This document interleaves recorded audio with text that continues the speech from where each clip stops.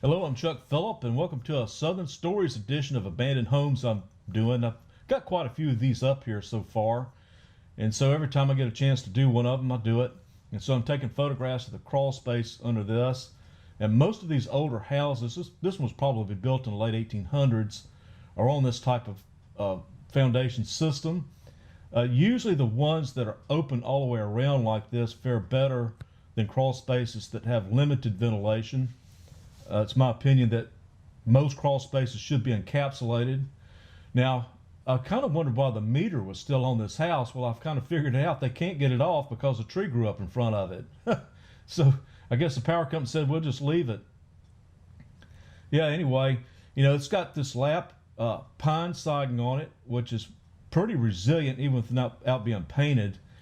One thing I found about this old heart pine is that it's somewhat vulnerable, but there's a lot of places in this old pine that has pine sap in it, and so when pests run into that, they bail out of it.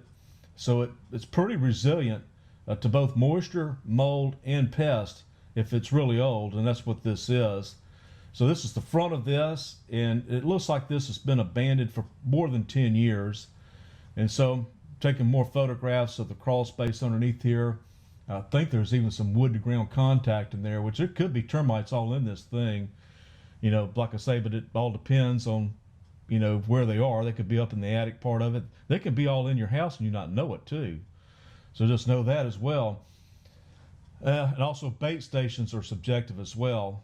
But I've got some other episodes. If you're really interested in protecting your home against termites, I've got 3 or 4 videos on this channel that are really informative about that. I wouldn't put all my faith in my pest control company. Now, coming around the side of this, and I've inspected several houses in Old Mobile. Most of them are over 100 years old. And you really have to take your time when you do these inspections, because one of the issues that you run into as an inspector is the height of these. And so a lot of times you can't inspect these as thoroughly as you'd like to.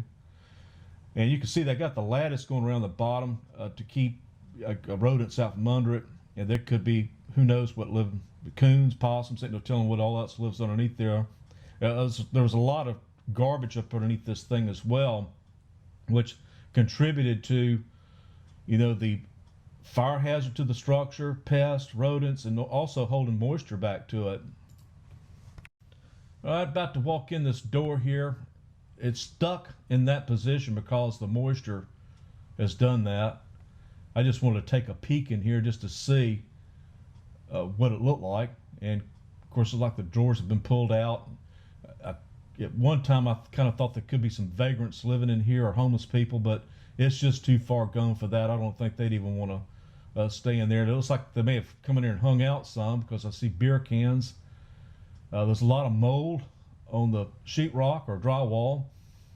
And it looks like a lot of the drywall has fallen down too because of the massive leaks up there in the roof system. You can see the planking up there as well.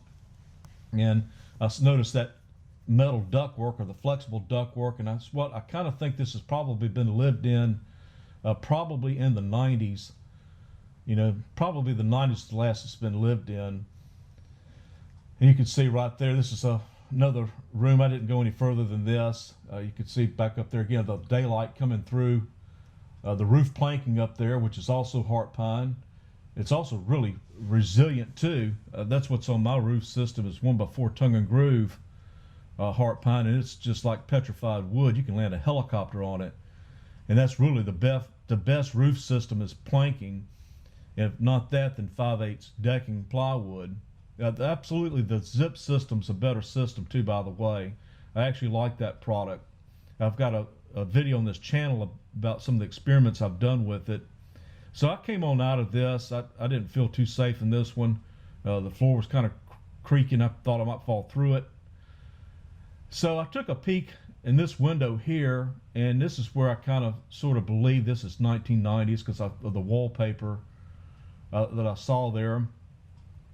But it's also kind of a shame that this house got to this point too, because I think this could have been salvageable at one point. But I also believe that they should take down these derelict homes too, because it doesn't really help the community at all. But not only that, they could actually probably sell these, because this lumber still has some value to it. And so, probably kill two birds with one stone by selling this structure to a salvage company and clear the lot off to where something else can be built on it. And so I kind of sort of see this being more of a level lot that there's probably water that was standing up underneath this, and that's why there was some mold and fungus I saw growing up underneath it as well. And the front porch, the steps are separated from it, and it looks like they use bed springs for burglar bars. That's actually kind of inventive there. But I don't think they have to worry about anyone breaking into this. There's nothing in there I think anybody would want, even though I saw some bicycles, I think, in there. All right, guys. Well, I hope you've enjoyed this little tour of this house. Stay tuned. I probably will have some more come up sometime in the future. Whenever I get a chance to do one, I do it because I learn something new every time I come across these.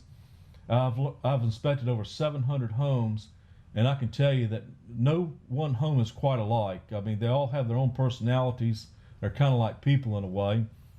But thanks for taking the time to watch this. And if you want to stay notified of the next episodes that come up, just click the notification bell.